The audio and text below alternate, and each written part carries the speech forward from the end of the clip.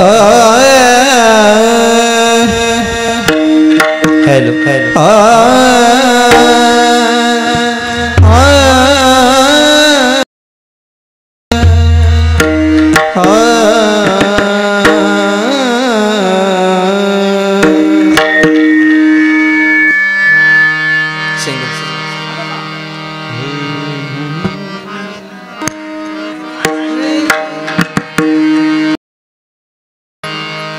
जय जय राम हरे जय जय राम कृष्ण हरे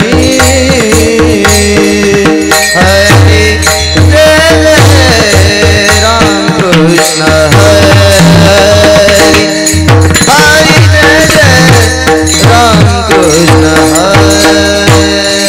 हरे जय जय राम कृष्ण राम कृष्ण हरे जय जय राम कृष्ण हरे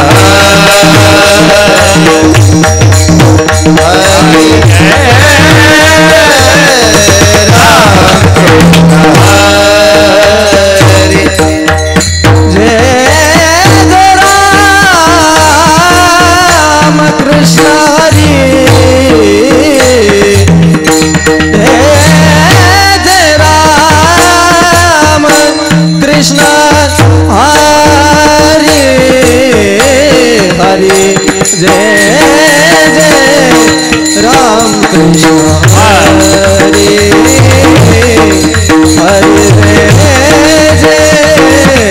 राम कृष्ण जय जय राम हरे जय जय राम कृष्ण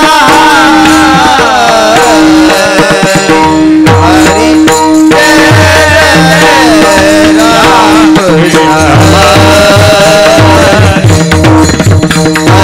राम कृष्ण हरे हरे जय राम कृष्ण जय जय राम कृष्ण हरे जय जय राम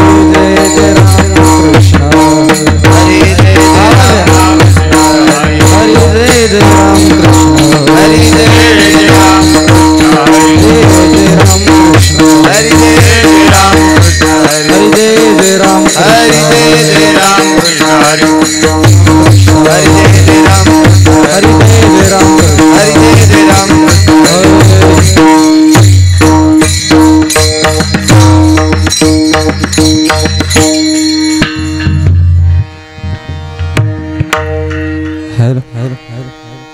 सुंदर ते ध्यान उभे विठेवा सुंदर ते ध्यान उभे विठेवा सुंदर ते ध्यान उभे विठेवा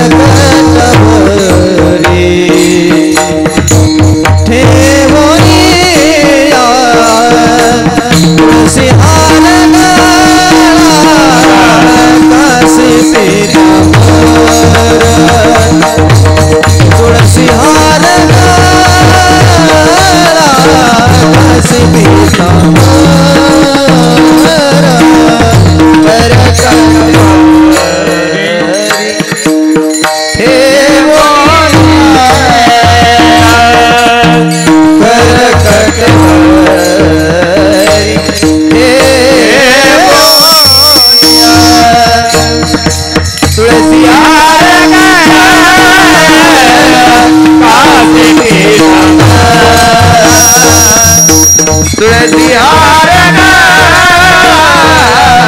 कासे पीतांबर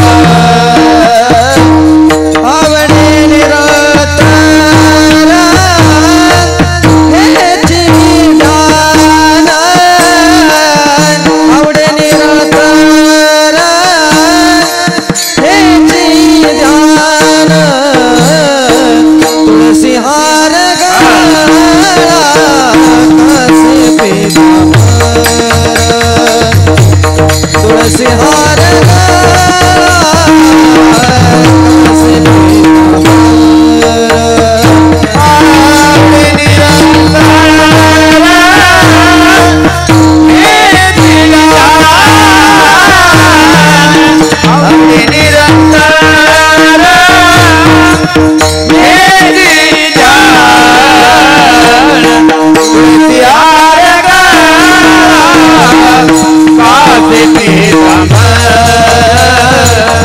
तुळसी हार कासे मकर कुंडले तळपती श्रवणी कंठी कौस्तुभमणी विराजितो मकर कुंडले तळपती श्रवणी कंठी कौस्तुभमणी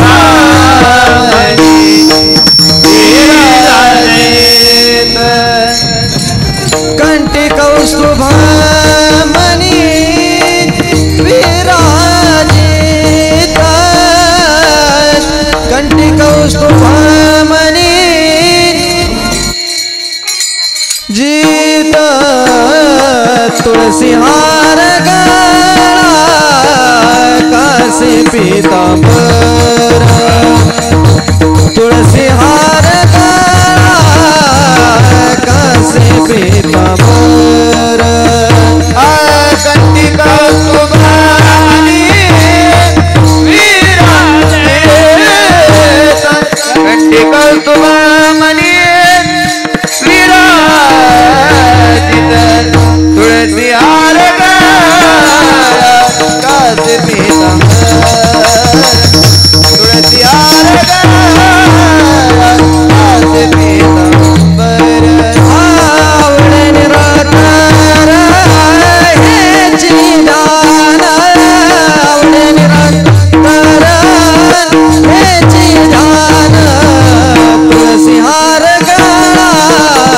कासे पीतांबर तुळसी हार कासे पीतांबर कंठी कौस्तुभमणी विराजित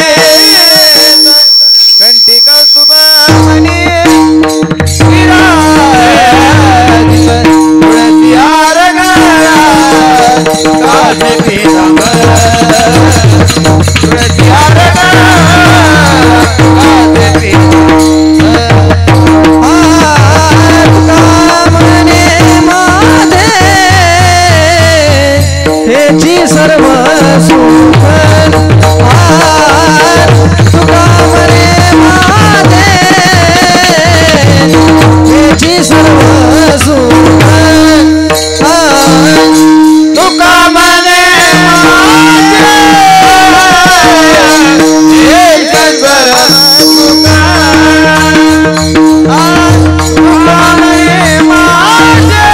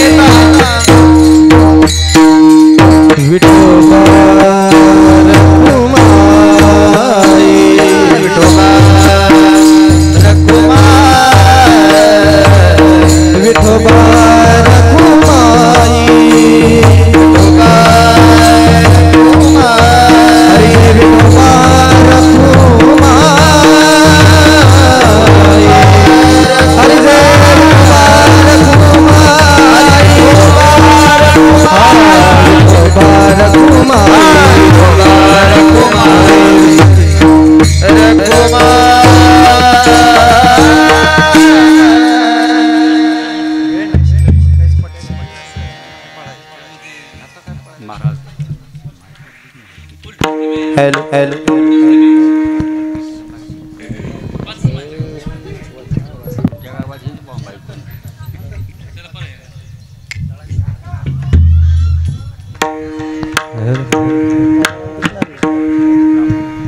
Hello, hello, hello, hello, hello, hello, hello. Hare Ram Krishna, Hare Hare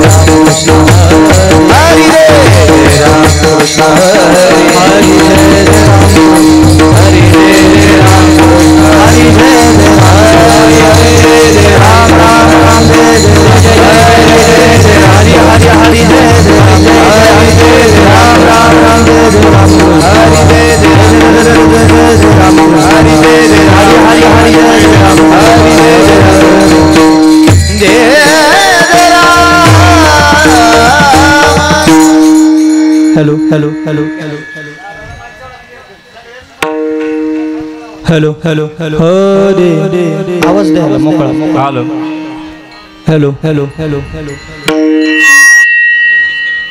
रूप पाहता लोचनी, रूप पाहता लोचनी, लोचनी रूप पाहता लोचनी, रूप पाहता लोचनी, लोचनी रूप पाहता लोचनी, लोचनी पाहता लोचनी, लोचनी रूप पाहता लोचनी, लोचनी रूप पाहता लोचनी, सुख झाले हो साजनी, सुख झाले हो साजनी, तो हा विठ्ठल बलवान, तो हा विठ्ठल बलवान. अरे सुख झाले हो साजनी, सुख झाले हो साजनी, तो हा विठ्ठल बलवान, तो हा विठ्ठल बलवान, तो हा माधव बलवान, तो हा माधव बलवान, तो हा विठ्ठल बलवान, तो हा विठ्ठल बलवान, तो हा बलवान, तो हा माधव बलवान, तो हा विठ्ठल बलवान, तो हा माधव बलवान.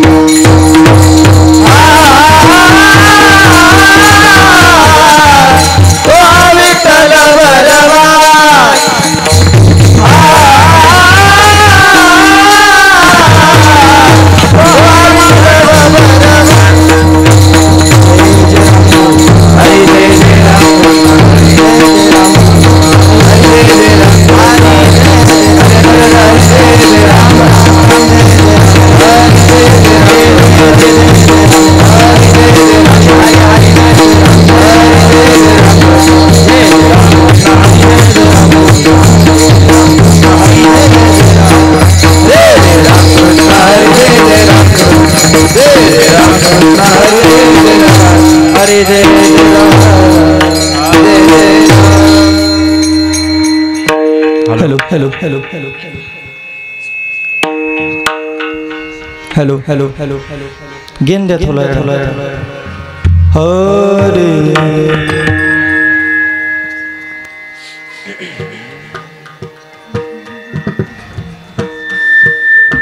इहलोकीचा हा देह देव इच्छिता ते पाहे देव इच्छिता ते पाहे देव इच्छिता ते पाहे इहलोकीचा देह देव इच्छिता ते पाहे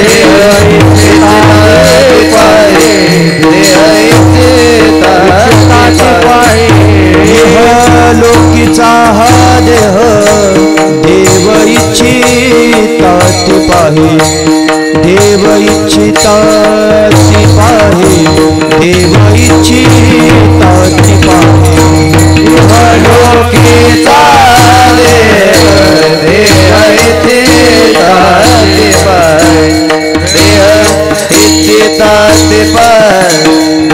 इच्छिता ते पाहे आम्ही जन्मा आलो दास विठोबाचे झालो दास विठोबाचे झालो दास विठोबाचे झालो आम्ही जन्मा दास विठोबाचे झालो दास विठोबाचे झालो दास विठोबाचे झालो आयुष्याच्या साधने सच्चिदानंद पदवी घेणे सच्चिदानंद पदवी घेणे सच्चिदानंद पदवी घेणे आयुष्याच्या साधने सच्चिदानंद पदवी घेणे सच्चिदानंद पदवी घेणे सच्चिदानंद पदवी घेणे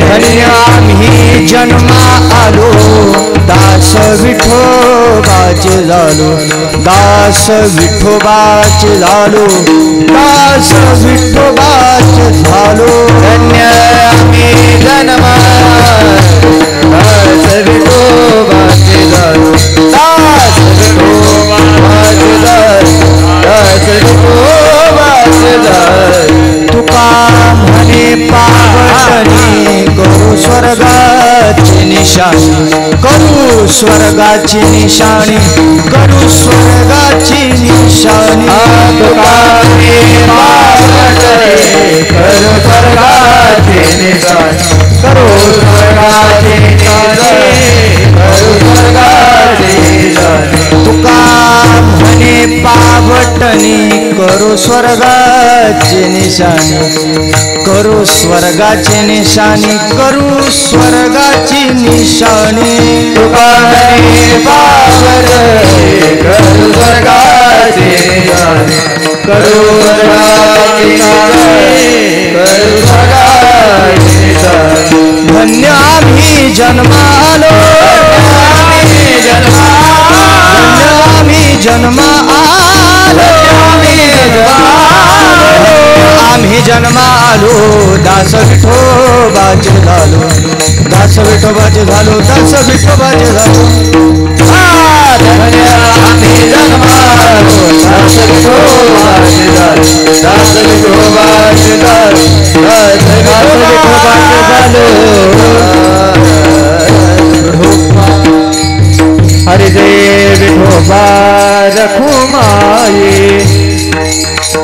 हरे विठोबा रखुमाई हरि विठोबा रखुमाई विठोबा रखुमाई विठोबा रखुमाई विठोबा रखुमाई विठोबा रखुमाई विठोबा रखुमाई विठोबा रखुमाई विठोबा रखुमाई विठोबा रखुमाई विठोबा रखुमाई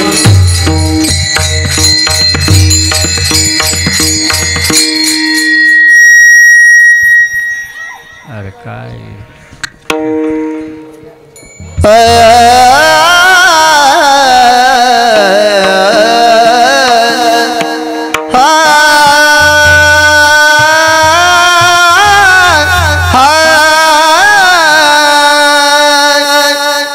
अलोकीचा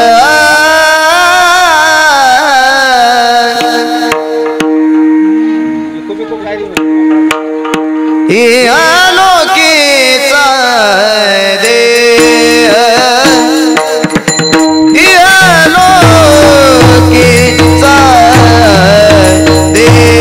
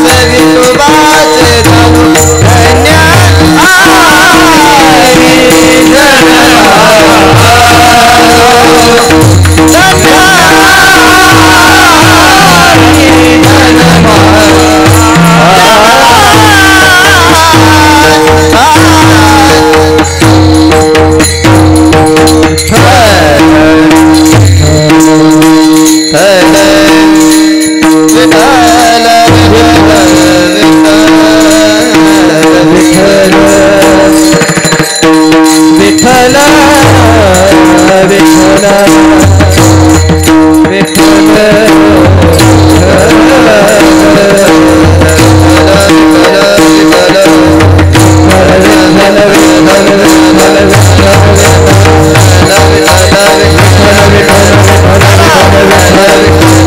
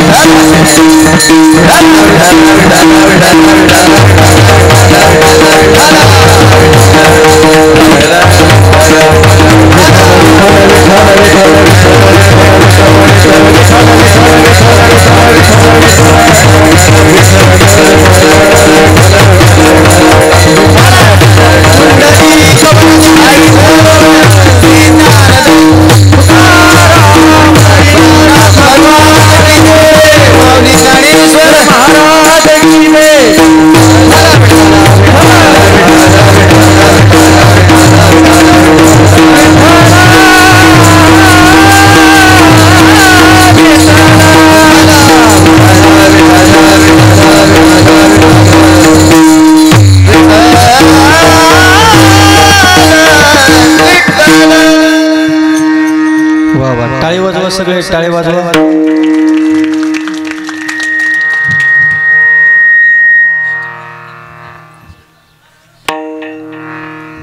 इहलोकीचा हा देह इहलोकीचा हा देह देव इच्छेता ते पाहे.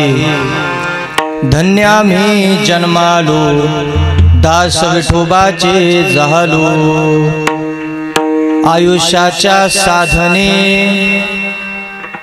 आयुष्याच्या साधने सच्चिदानंद पदवी घेणे. धन्य आम्ही जन्मालो दास विठोबाचे झालो. तुका मने पावटनी तुका मने पावटनी करू स्वर्गाची निशाणी. धन्य आम्ही जन्मालो दास विठोबाचे झालो. विठ्ठल विठ्ठल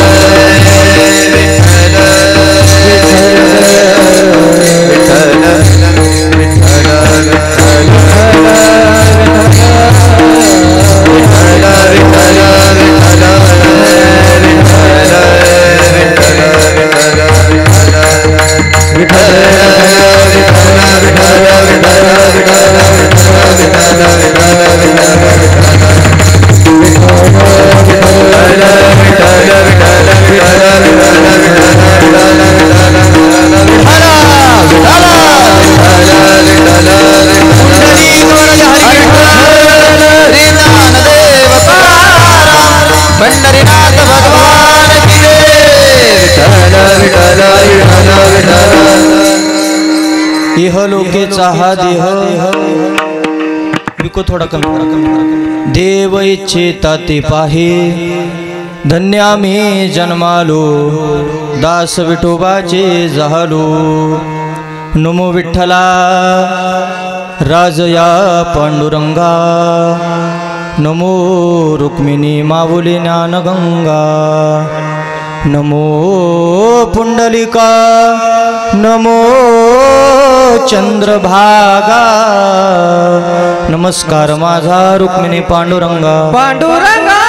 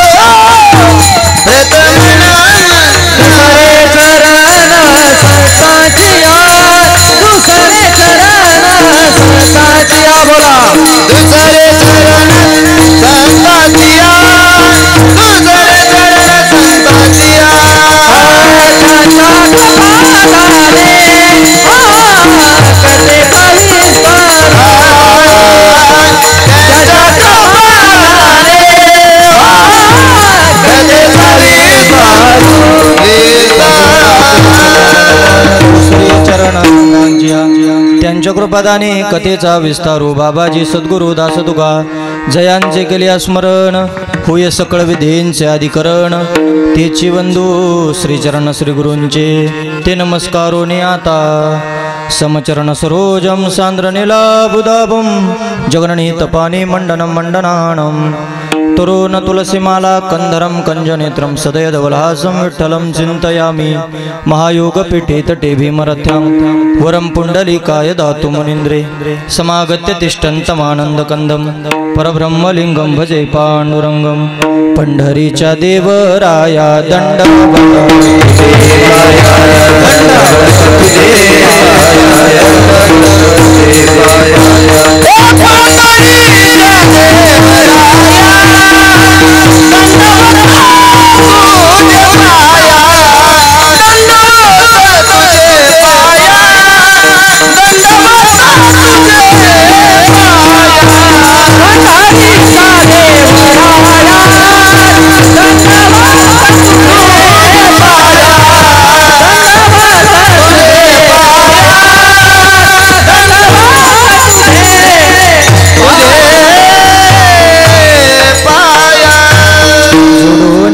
कर चरणी ठेवितो माथा, चरणी ठेवितो माथा, परिसावी विनंती माझी पंढरीनाथा।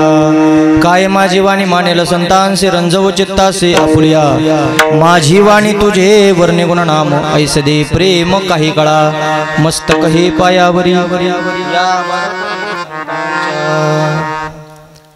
मनोजवं मारुततुल्य वेगं, जितेन्द्रियं बुद्धिमतां वरिष्ठं, वातात्मजं वानरायुत मुख्यं, श्रीरामदूतं शरणं प्रपद्ये। शरण शरण हनुमंता तुम्हालो रामदूता, काय भक्तीच्या त्या वाटा मज दावाव्या सुबटा, जिथे ज्ञान विज्ञान संजीव होते, जिथे योग विद्येस सामर्थ्य येते, जिथे मानवाला मिळे मोक्ष गाथा,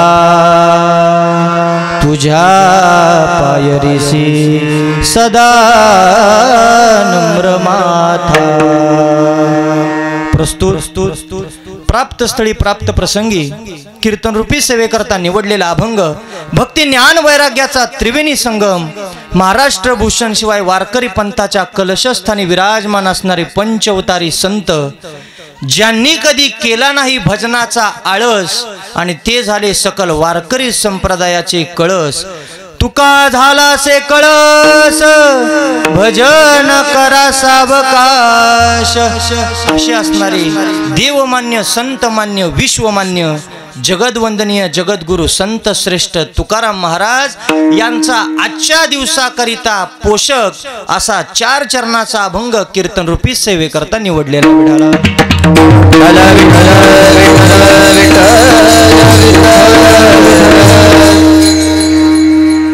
कीर्तन सुरू व्हायला जरी वेळ झाला असला तरी कीर्तन मी वेळेतच बंद करणार आहे। फक्त 30 मिनिटं माझ्याजवळ शिल्लक आहेत, अजून अभंगाला सुरुवात पण नाही। या 30 मिनिटात सगळ्यांचे आभार मानायचे, परिहार द्यायचा, अभंग सोडवायचा आणि आज एका बापाचं श्राद्ध आहे, बापाविषयी थोडंसं चिंतन मांडायचं। एवढं सगळं 30 मिनिटात बसवणं वक्त्यासाठी खूप अवघड जातं। 2 तास कीर्तन करणं जेवढं सोपं आहे, अर्धा तासात सगळं ते बसवायचं तेवढंच अवघड आहे। विठाला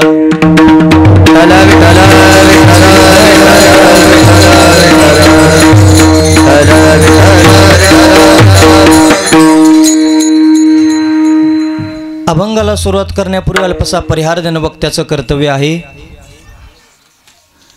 या ठिकाणी, कारण सर्वांनाच ज्ञात आहे कैलासवासी सीताराम तुकाराम साळुंके यांच्या द्वितीय पुण्यस्मरणानिमित्त या ठिकाणी कीर्तनाचं आयोजन केलेलं आहे।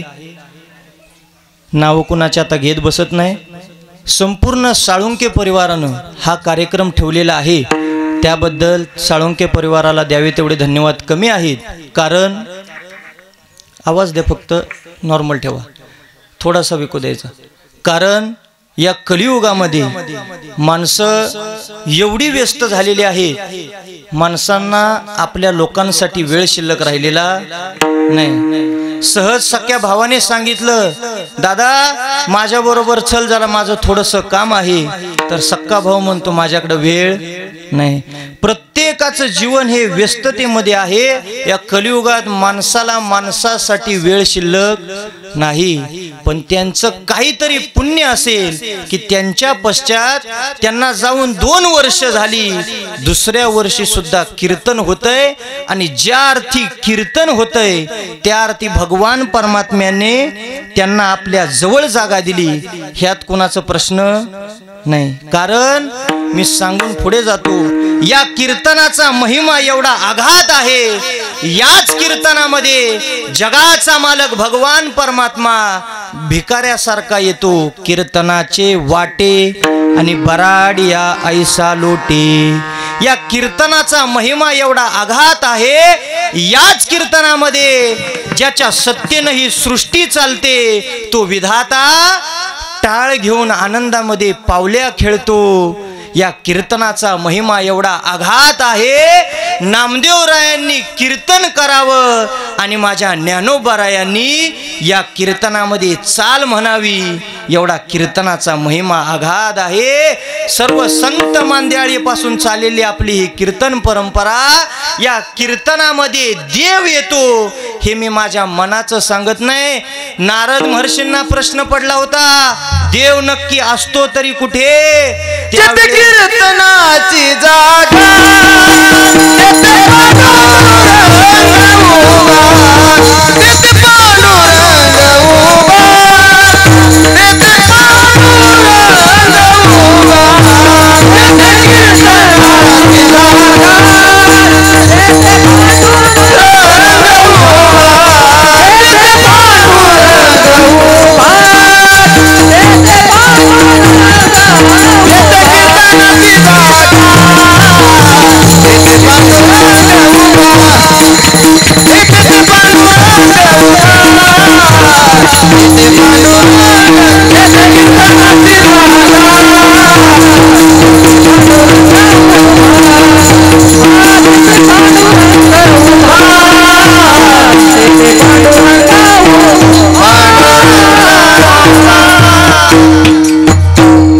जेथे कीर्तनाची जागा तेथे पांडुरंग उभा, किंवा माझे भक्त गातीच येते आणि नारदा मी उभा तेथे. आता प्रथमेश महाराज कराड विटा करत असताना मधल्यातली गावं सोडत डायरेक्ट आपल्याला विट्यापर्यंत पोहोचायचंय. हा, लय स्टॉप घेऊ नका, सुपर गाडीनं जायचंय. ऐका, या कीर्तनामध्ये देव येतो हे तुम्हाला मी सांगितलं, कारण या कीर्तनाचा महिमा तेवढाच आगाध आहे. नारद महर्षी पंढरपुरामध्ये गेले, मूर्तीकडे पाहिलं, मूर्ती समोर मूर्ती दिसते पण मूर्तीमध्ये देव नाही. नारद महर्षी संपूर्ण पंढरपूर नगरी फिरू लागले, देव नक्की आहे तरी कुठे?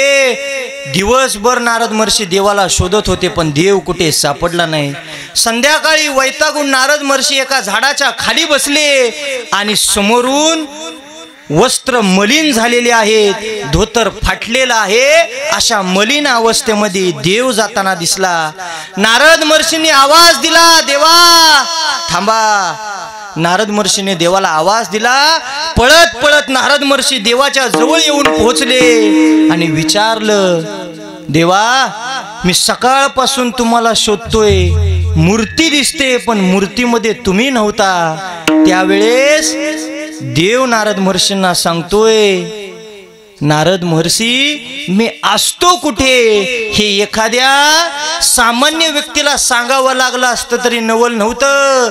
मी असतो कुठे हे तुम्हाला सांगावं लागतंय. माझे भक्त गाती जेथे, नारदा मी उभा तेथे. कीर्तन चालतं त्या अर्थी देव येतो आणि या सुद्धा कीर्तनामध्ये देवाची हाजरी उपस्थिती लाभणार आहे. म्हणजे देवाने बाबांना त्यांच्या जवळ जागा दिली. विठ्ठल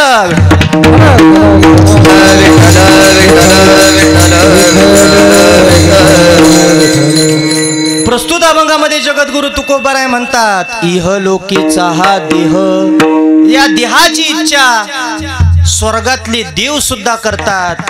ज्या देवांची तुम्ही आम्ही पूजा करतो, ज्या देवांची तुम्ही आम्ही भक्ती करतो, ते स्वर्गातले देव सुद्धा इच्छा व्यक्त करतात की आम्हाला या मृत्यू लोकामध्ये जन्म मिळावा. पण त्या देवांना देखील या मृत्यू लोकात जन्म मिळत नाही. मृत्यू लोकात त्यांना सुद्धा जन्म मिळत नाही. पैशाने सगळ्या गोष्टी विकत घेता येतील पण एकदा हे गेलं की भेटणार आहे का? पुनर्वित्तम पुनर्मित्रम पुनर्भार्या पुनर्मही एतत् सर्वम पुनर्लभ्यम न शरीरम पुनः पुनः. सगळ्या गोष्टी पुन्हा मिळवता येतील. पैसा गेला, कष्टाच्या जोरावर पुन्हा कमवता येईल. बायको सोडून गेली तर तिची आराधना करून तिला परत माघारी आणता येईल. जर नाहीच आली तर एखाद्याचं नशीब स्टार असलं तर त्याला दुसरी करता येईल. गेलेलं धन परत मिळतं, गेलेली बायको सुद्धा परत येते.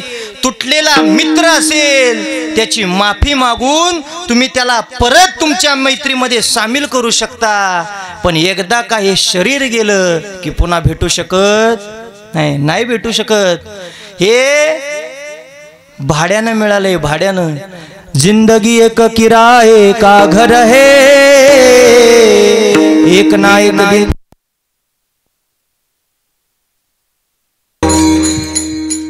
जन्माला आलेल्या प्रत्येक व्यक्तीला जाणं ठरलेले. ऐका, ज्या प्रकारे सर्व वारकऱ्यांचा मेळावा भरतो किंवा राजकारणी लोकांची सभा भरते, त्याप्रमाणे देवांचा देखील मेळावा भरला. मी पहिल्या चरणावरती येतोय, लक्षपूर्वक ऐका. देवादिकांचा देखील मेळावा भरला. जशी वारकऱ्यांसाठी पार्किंग व्यवस्था स्वतंत्र असते, राजकारणी लोकांसाठी पार्किंग व्यवस्था वाहनांसाठी स्वतंत्र केलेली असते, देवांसाठी सुद्धा पार्किंग व्यवस्था स्वतंत्र केलेली होती. प्रत्येक देव त्या सभेसाठी आलेला होता. येत असताना प्रत्येक जण आपापलं वाहन पार्किंग मध्ये लावून आतमध्ये सभेसाठी जात होता. त्यामध्ये पार्किंग व्यवस्थेत एक कबूतर होतं आणि ते कबूतर विचार करतं, आपण सगळ्या देवांची गाठभेट घ्यायची म्हणली तर आपल्याला अख्खं आयुष्य कमी पडेल. आणायचे आपण हितपर्यंत आलोय, या सभेमध्ये सगळे देव येणार आहेत, सगळ्यांची भेट आपण हितच घेऊया. भगवान शंकरांची गाठ हितच पडेल, ब्रह्मदेवाची, विष्णुदेवाची, इंद्रदेवाची, सगळ्या देवांची भेट घ्यायची, दर्शन घ्यायचं. म्हणून ते कबूतर ज्या ठिकाणावरून आतमध्ये प्रवेश होता त्या प्रवेशद्वाराजवळ ते कबूतर येऊन बसलं. पहिल्यांदा भगवान शंकर गेले, कबुतराने दर्शन घेतलं. दुसऱ्यांदा विष्णू गेले, विष्णूचं सुद्धा दर्शन गेलं. ब्रह्मदेव, विष्णू, भगवान शंकर, त्याच्या पाठीमागे इंद्रदेव सुद्धा गेले, इंद्रदेवांचं सुद्धा दर्शन झालं. आणि त्याच सभेमध्ये तुम्हा आम्हाला शेवटच्या श्वासाच्या वेळेस दिसतो तो काळ सुद्धा त्या ठिकाणी आलेला होता. पण आतमध्ये पाऊल टाकताना काळाचं एक पाऊल त्या उंबरत्याला थटलं आणि काळ खाली कोसळला. कोसळल्यानंतर त्या काळाचं लक्ष कबुतराच्या कपाळाकडे गेलं आणि उठत असताना काळ हसत हसत उठला. आता कबुतराला खात्री पटली, ज्या अर्थी हा काळ हसत उठलाय त्या अर्थी आपला मुक्काम, हितला मुक्काम आता हलवाय लागणार आहे. आपली शेवटचा श्वास जवळ आलाय. कबुतराला भीती वाटायला लागली. कबूतर पळत पळत महाराज गरुडाकडे येऊन पोहोचलं. गरुडाला सांगितलं, सगळ्या देवांचं दर्शन घडलं आणि शेवटी काळाचं सुद्धा दर्शन झालं. काळ खाली कोसळला, पण उठत असताना माझ्या कपाळाकडे पाहिलं आणि काळ हसत हसत उठला. काहीतरी घोटाळा निश्चित ठरलेला आहे. गरुडाने सुद्धा सांगितलं, काळजी करू नको, काळ हसलाय, पण काळाला सुद्धा आपरती घेतलं आणि 50,000 किलोमीटरवर एका अरण्यामध्ये, अरण्याच्या मध्यभागी एक छोटस सरोवर होतं. त्या छोट्याशा सरोवराच्या मध्यभागी एक छोटस झाड होतं आणि त्या झाडाच्या बुंध्यामध्ये एका घरट्यामध्ये आणून त्या कबुतराला त्या ठिकाणी ठेवलं. गरुडाने पुन्हा उड्डाण मारले आणि इकडं सभेमध्ये येऊन पोहोचले. ऐका, मरण कुणाला चुकत नाही. गरुडाने पुन्हा उड्डाण मारली आणि गरुड सभेजवळ येऊन पोहोचलं. सभा संपली, सगळे देव बाहेर यायला लागले. काळ आल्यानंतर गरुडाने काळाला विचारलं, तुम्ही आतमध्ये जात असताना तुमचा पाय उंबरठ्याला थटला, तुम्ही खाली पडला, पण उठत असताना तुम्ही कबुतराकडे पाहून हसत उठला, ह्याचं कारण काय आहे? काळ म्हणला, हो मी हसत उठलो. गरुडाने विचारलं, हो मग त्याच्या पाठीमागचं कारण काय आहे? त्यावेळेस त्या काळाने सांगितलं, हे कबूतर 11:30 वाजता 11:36 हितच आहे आणि ह्याचा मृत्यू 12:05 नंतर 50,000 किलोमीटर दूर एक अरण्य आहे. अरण्याच्या मध्यभागी एक छोटस सरोवर आहे. त्या सरोवराच्या मध्यभागी एक छोटंसं झाड आहे आणि त्या झाडाच्या बुंध्यामध्ये एक छोटंसं घरटं आहे. त्या घरट्यामध्ये या कबुतराचा मृत्यू होता. मला वाटलं 11:30 वाजल्या तरी हा हितच आहे. बहुतेक भाद्दरानं काळाला सुद्धा चुकवलं. गरुड म्हणला कसलं चुकवलं, काळाच्या जबड्यात नेऊन घातलं. म्हणजे मरण असल्यानंतर तुम्ही कितीही सिच्युएशन क्रिएट करा, माणूस तिथपर्यंत पोचल्याशिवाय राहत नाही. मरण कुणालाही चुकवता येत नाही. काळ आपली वाट बघतोय. देह हे काळाचे, धन कुबेराचे, येथे मनुष्याचे काय आहे. तुकोबाराय म्हणतात स्वर्गातले देव इच्छा व्यक्त करतात आम्हाला मृत्यू लोकामध्ये जन्म मिळावा, त्यांना देखील हा देह मिळत नाही. अभंगाचं पहिलं इहलोकीचा देह, इहलोकीचा देह, इहलोकीचा देह, इहलोकीचा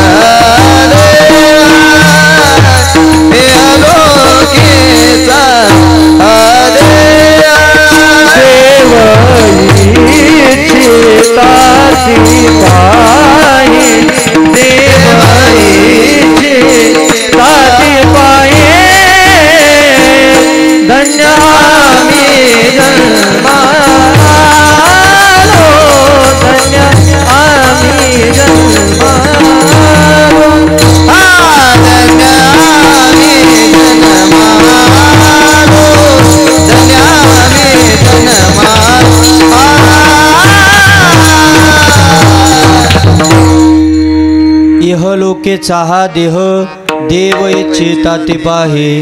पुढे जाऊन महाराज म्हणतात धन्य आम्ही जन्मालो, दास विठोबाचे झालो. तुकोबाराय म्हणतात नुसतं जन्माला आलो म्हणून आम्ही स्वतःला धन्यता दिली नाही, तर या मृत्यू लोकामध्ये जन्माला आल्यानंतर आम्ही त्या पांडुरंग परमात्म्याची भक्ती केली, त्याचं दास्यत्व स्वीकारलं म्हणून आम्ही धन्य आहे. ऐका, प्रत्येक संतांनी जन्माला आल्यानंतर संत दिसायला जरी माणूस असले तरी असायला मात्र देवते संत, देवते संत आणि निमित्त त्या प्रतिमा. संत नवती जगा माणसा त्या सारिखे, समुद्र नदी नोहे पैगा, पाषाण म्हणू नये लिंगा. संत नवती जगा माणसा त्या सारिखे, संत नवती जगा मान. संत दिसायला जरी माणूस असले तरी असायला मात्र त्यांचा अधिकार फार श्रेष्ठ आहे. अर्ध्या तासात कीर्तन कसंही करायला गेलं तरी होत नाही, कारण अभंगाची प्रस्तावना भावार्थ आता मला सांगायला माझ्याकडे भरपूर आहे, पण वेळ फक्त शिल्लक राहिलाय 15 मिनटं. त्याच्यात मधलं भजन आणि गायकांना सुद्धा आज आता केशव गुरुजी वाजवायला असल्यानंतर गायकांना पण वाटतंय थोडंसं, कारण कलाकार चांगले असल्यानंतर थोडीशी रंगत येते. पण आता पंक्तीची वेळ झाली आहे का नाही. थोडे महाराज बाहेर गेले होते त्यामुळे यायला उशीर झाला, कार्यक्रम थोडासा उशिरात सुरू झाला. ऐका, तुकोबाराय म्हणतात आम्ही जन्माला आल्यानंतर त्या पांडुरंग परमात्म्याची भक्ती केली आणि आमचं आयुष्य त्या भगवान परमात्म्याच्या भक्तीमध्ये खर्ची घातलं. जन्माला आल्यानंतर आयुष्यात काही जरी नाही जमलं तरी चालेल, पण आयुष्यात फक्त त्या भगवान परमात्म्याला मिळवण्यासाठी जेवढे शक्य आहेत तेवढे प्रामाणिक प्रयत्न तरी आपण केले पाहिजेत. माणसाचा देह त्याच्यासाठी, कारण पशु काय पाप पुण्य जाणती, उत्तम मध्यम भोग भोगिती, त्यांना ते कळत नाही. आता कीर्तन ऐकायला सुद्धा तुम्ही माणसं जमलंय, गावातली 10-15 कुत्रे येऊन इथं बसलेत का? ज्ञानोबा तुकाराम बसलेत का? गावात 5-5 सप्त होत्यात, पण कलाकार बाहेरनंच आणावं लागतात. गावातली 2-4 कुत्री एकत्र येऊन कलाकार सप्ताह केला असं झालंय का? हो.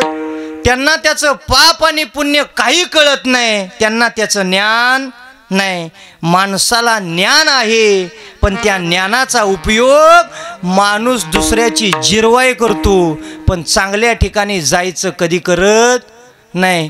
एकामेकाची जिरवण्यामध्ये अख्खं आयुष्य संपतं आणि म्हातारपणामध्ये लक्षात येतं आपण अख्खं आयुष्य आपल्या ह्याच्यातच वाया घालवलं.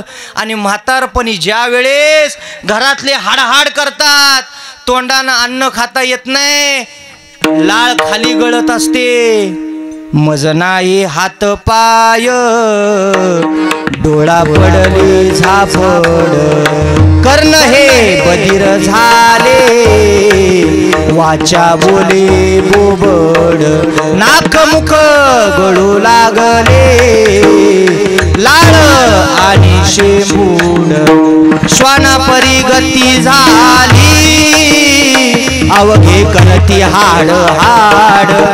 सगळे कुत्र्यासारखी हाडहाड करतात आणि तेव्हा आमच्याकडे येताना म्हणतं, महाराज तुम्ही संत माय बाप, एवढा उपकार करा, न्यामज तेथवरी दाखवा त्याचा सोयरा. तेव्हा कळतं जेव्हा हात नसतात, पाय चालत नाहीत, एका जागेवर बसून हाडहाड करतात, मग तेव्हा लोक म्हणतात महाराज सप्ताह कुठे आणि पंगत कुठली. तेव्हा काही अर्थ नसतो, आहे तोपर्यंत त्याची भक्ती करा. सगळ्या संतांनी त्या भगवान परमात्म्याची भक्ती केली. नामदेवराय 5 वर्षाचे असताना त्या देवाला नैवेद्य खायला भाग पाडलं. देवाला ठणकावून सांगितलं, देवा माझे बाबा आज येऊ शकत नाहीत, तुला नैवेद्य खावाच लागेल, नाहीतर माझं डोकं आपटून तुझ्या चरणावर माझा प्राण सोडेन. 5 वर्षाच्या लेकरानं देवाला सांगितलं, देव नैवेद्य खायला तयार नाही, डोकं आपटणार. तेवढ्यात देव प्रसन्न झाला. अरे नामा काय करत होतास, तुला जर काही बरं वाईट झालं असतं तर मी काय उत्तर दिलं असतं, असं करू नको रे. देवानं नैवेद्य खाल्ला आणि देव नामदेवरायांना म्हणला, नामदेवराय मी नैवेद्य खाल्ला हे कुणाला सांगायचं नाही. कथाबा खूप मोठा आहे. नामदेवराय म्हणले, हे बघ देवा, कुणाला सांगत पण नाही आणि पुन्हा तुझ्याकडे येत पण, तू लय डोक्याला ताप देतोय. माझा 1 तास तू खाल्लास, मी तेवढ्या वेळामध्ये माझ्या मित्रांबरोबर खेळलो असतो, पुन्हा तुझ्याकडे येणार पण नाही, लवकर खा. देवाने नैवेद्य खाल्ला. नामदेवरायाने ते ताट घेतलं, टाण टाण टाण वाजवत घराकडे गेले, अंगणातून ताट भिरकावून दिलं आणि नामदेवराय पुन्हा मित्रांबरोबर खेळायला लागले.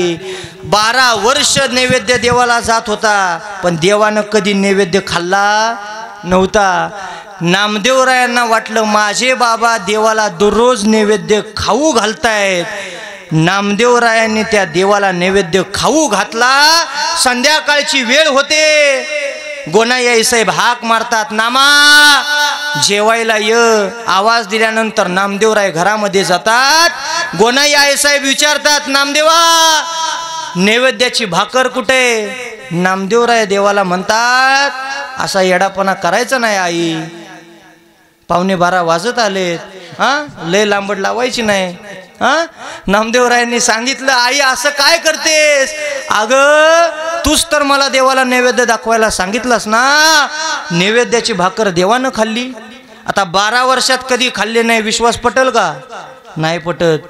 गोनाई साहेबांनी विचारलं, नामदेवा खरं बोला, नैवेद्याची भाकर कुणी खाल्ली, कुणाला दिली का, काय झालंय नक्की सांगा. त्यावेळेस नामदेवरायांनी सांगितलं, आई तुझी शपथ घेऊन सांगतो, आई नैवेद्याची भाकर देवानंच खाल्ली. मारू नको आई, नाही दिले कोणा, लागोनी चरणा नामा म्हणे.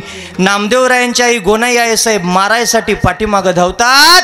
नामदेवराय दामाजी पंतांच्या पाठीमागं लपून बसतात. दामाजी पंतांना सगळी हकीकत सांगितल्यानंतर दामाजी पंत सांगतात, गोनाई दुसरं ताट तयार करा. नैवेद्याचं दुसरं ताट तयार होतं.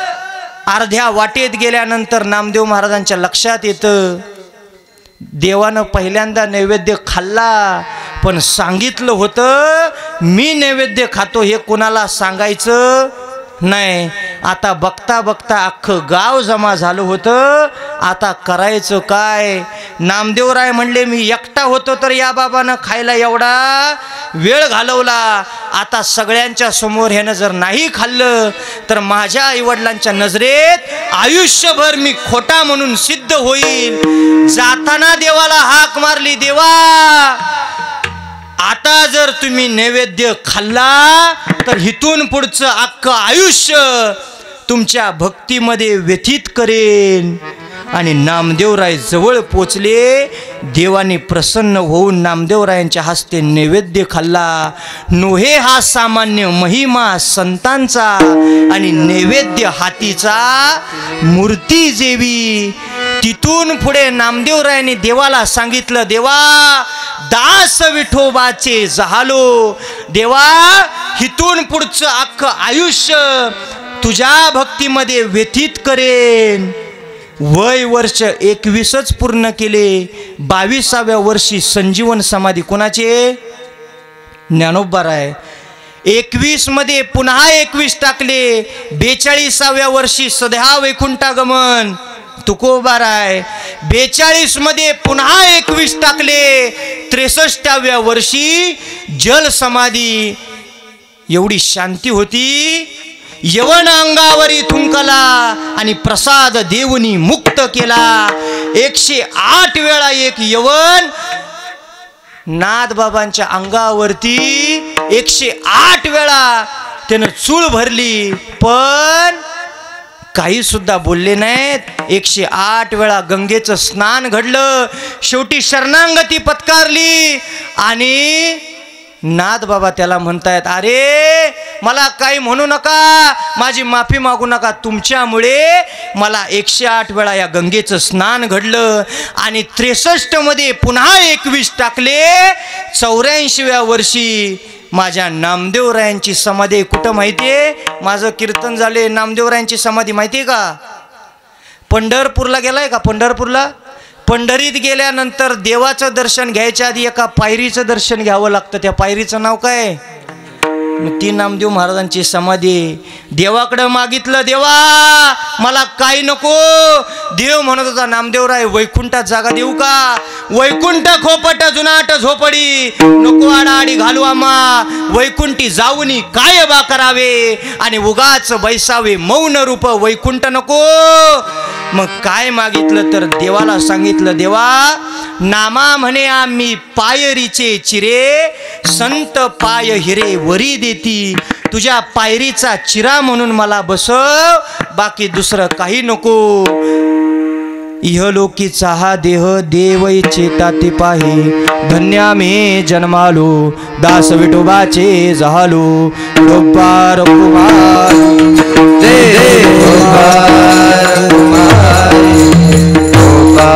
फुलं वाटा.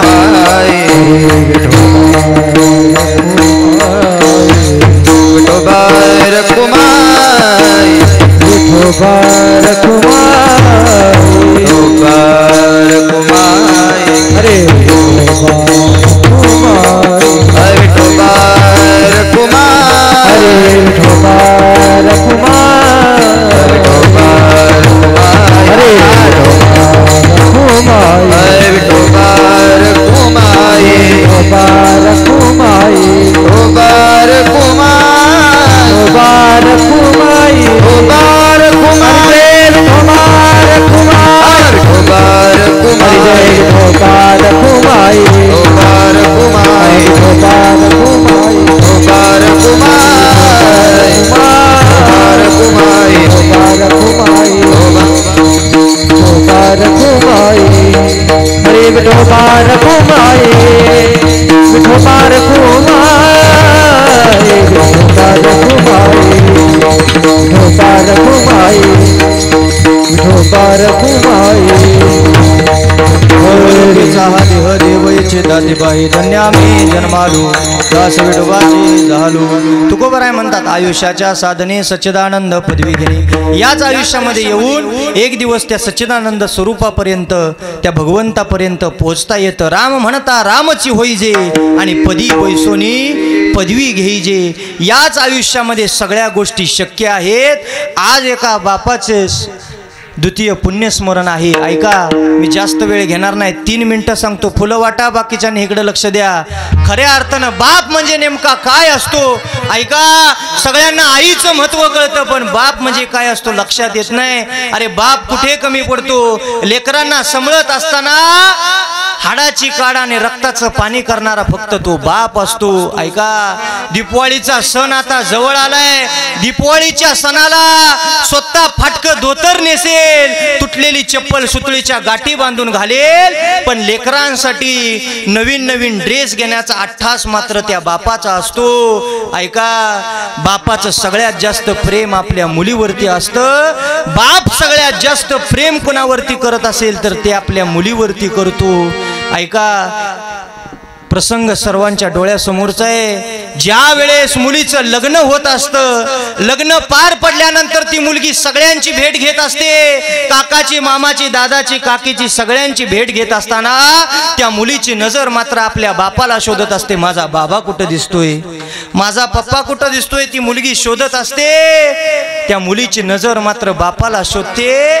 मुलीचं लक्ष बापाकडे जावं. बाप लांब मंडपाच्या एका वेळूला टेकून उभा असतो. मुली पळत पळत पळत आपल्या बापाजवळ जाते आणि मिठी मारल्यानंतर बापाला हुंदका आवरत नाही.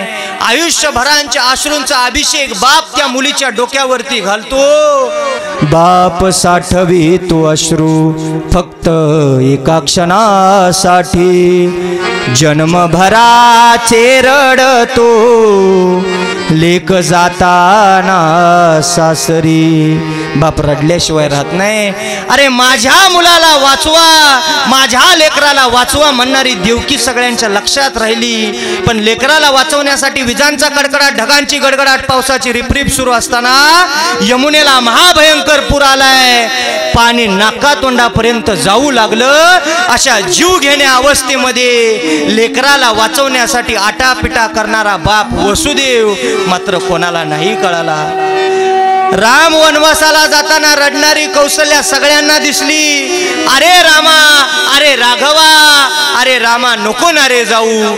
राम राम करत दशरथ राजासारखा पिता गेला, हे मात्र कधी नाही कोणाच्या लक्षात आलं. अरे कुठे कमी पडतो बाप. आयुष्यभर लेकरांच्या सुखासाठी धडपडणारा या जगामध्ये कोण असेल तर तो फक्त रामदी माया त्याच्या काळ्या मेघावारी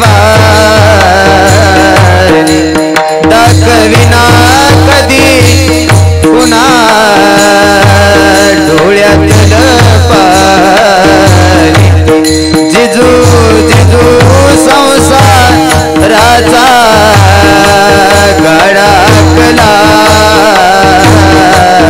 वटामध्ये आसू जरी कणावाकला. गडीभर तू थांब जरा, ऐक त्याची धापर लई अवघड गया. उमगाया बापर, उमगाया बापर, लई अवघड गया. उमगाया बापर, उमगाया बापर. त्याच्या पटक्या पदराला कशी बिगडा जोडलेली, उभ्या आयुष्याला त्यानं कशी कातर लावलेली. माझ्या डोळ्यातली आसू कोणी राहील पुसताना, वरी उन्हाचा दाटतोया होता बाबाची संगताना. वरी उन्हाचा दाटतोया होता बाबाची संगताना.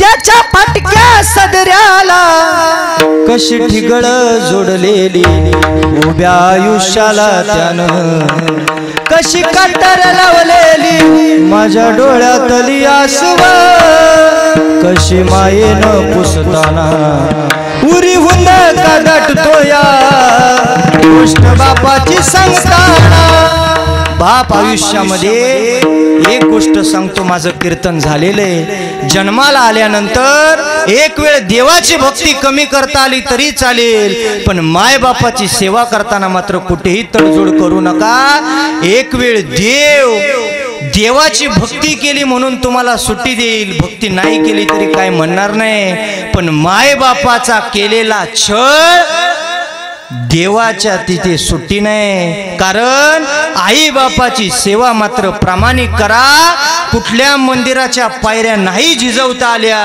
तरी हरकत नाही नाहीतर मायबाप जिवंत आहेत तोपर्यंत त्यांना अर्धी भाकर सुद्धा देणार नाही आणि मायबाप मेल्यानंतर वर्ष श्राद्धाला लाडू जिलेबीचं जेवण अख्ख्या गावाला घातल्यानंतर मोठेपणा काहीच उपयोग नाही त्याचा जिवंत आहेत तोपर्यंत त्यांच्यासाठी चांगला सांभाळ करा वर्ष श्राद्ध नाही घातलं मोठ्या पद्धतीनं नाही केलं तरी हरकत नाही पण आई बापाचा सांभाळ मात्र प्रामाणिक करा तुकोबराय म्हणतात याच आयुष्याच्या साधनानं देवापर्यंत पोहोचता येतं आणि शेवटी म्हणतात तुका म्हणे पावटणी करू स्वर्गाची निशाणी याच आयुष्यामध्ये एवढं सामर्थ्य आहे खुनेचा असणारा स्वर्ग त्याला सुद्धा तुम्ही शिडी करून तिथपर्यंत पोहोचू शकता ज्ञानेश्वर माऊली ज्ञानराज माऊली ज्ञानेश्वर माऊली ज्ञानेश्वर माऊली ज्ञानेश्वर माऊली ज्ञानराज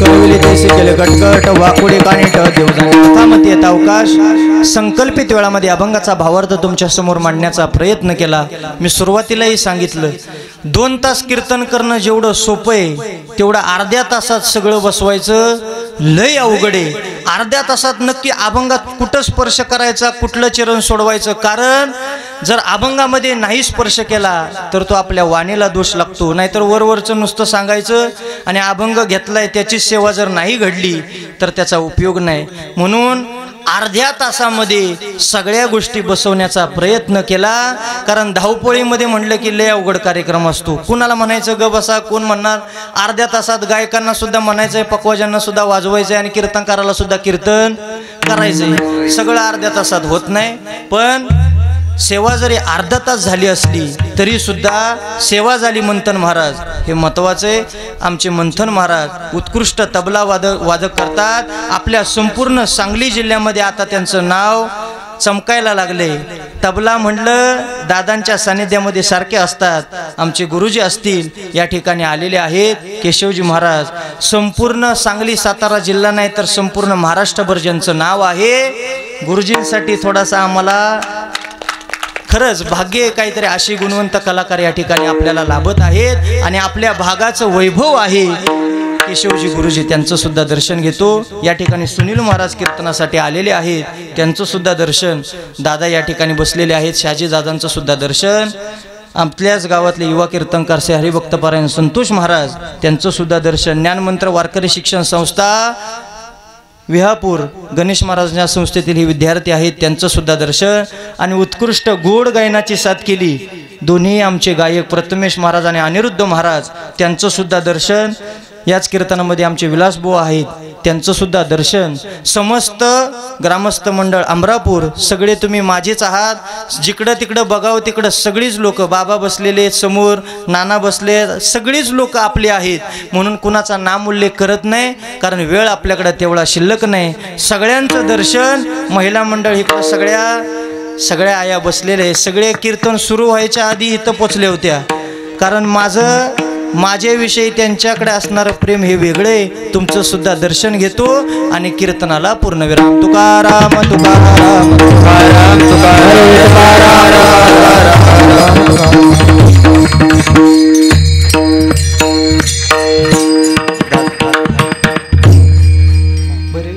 हां घ्या शॉर्टकट मध्ये हां त्याला लावा हां ऐका अभंग होईल आणि अभंग झाल्यानंतर कुंडलिका वरदेव गजर झाल्यानंतर सर्वांनी पुष्पवृष्टी करायची आहे आणि फुलं कुणी जागेवरून टाकू नका, पाठीमध्ये गोळा केली जातील. बरोबर ना मंत्र महाराज? नाहीतर दर्शनाला गेल्यानंतर तिथं जवळ असतील त्यांनी टाका. हा चला. विठ्ठल जय जय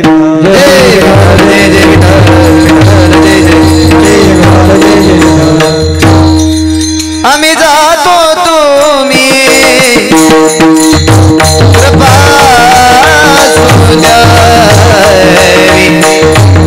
आम्ही जातो तुम्ही कृपा सुंदरी, आम्ही जातो तुम्ही कृपा सुंदरी.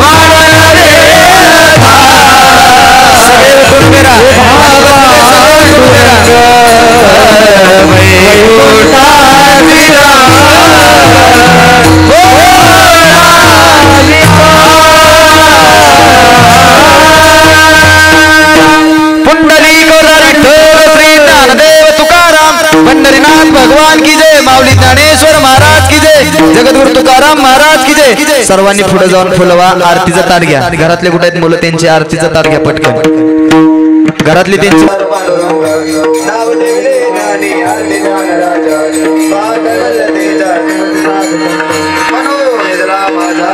विश्व ब्रह्माच गेले राम जनार्दनी चरणी मस्तक ठेवले आरती राजा महाकैवल्यतेच्या सेवेची साधू संत मन विदला माझा आरती तुकारामा स्वामी सद्गुरु रामाचे जय पाय राघव्या राघवी सागरात पाषाण तारिले कैसे तुकोबाचे अभंगराचे तुझ्या तुझी रंगा तुका ध्याने मुले रामेश्वरी चरणी मस्तक ठेवले हरी तुकारामा स्वामी सद्गुरु पाय राघव्या हरी तुकारामा खाली गुणांग मंदिर चरणा डोळ्यान पाय अरप्रेम्याने गणागत पूजन भरे वाई नवरे नवा विठ्ठल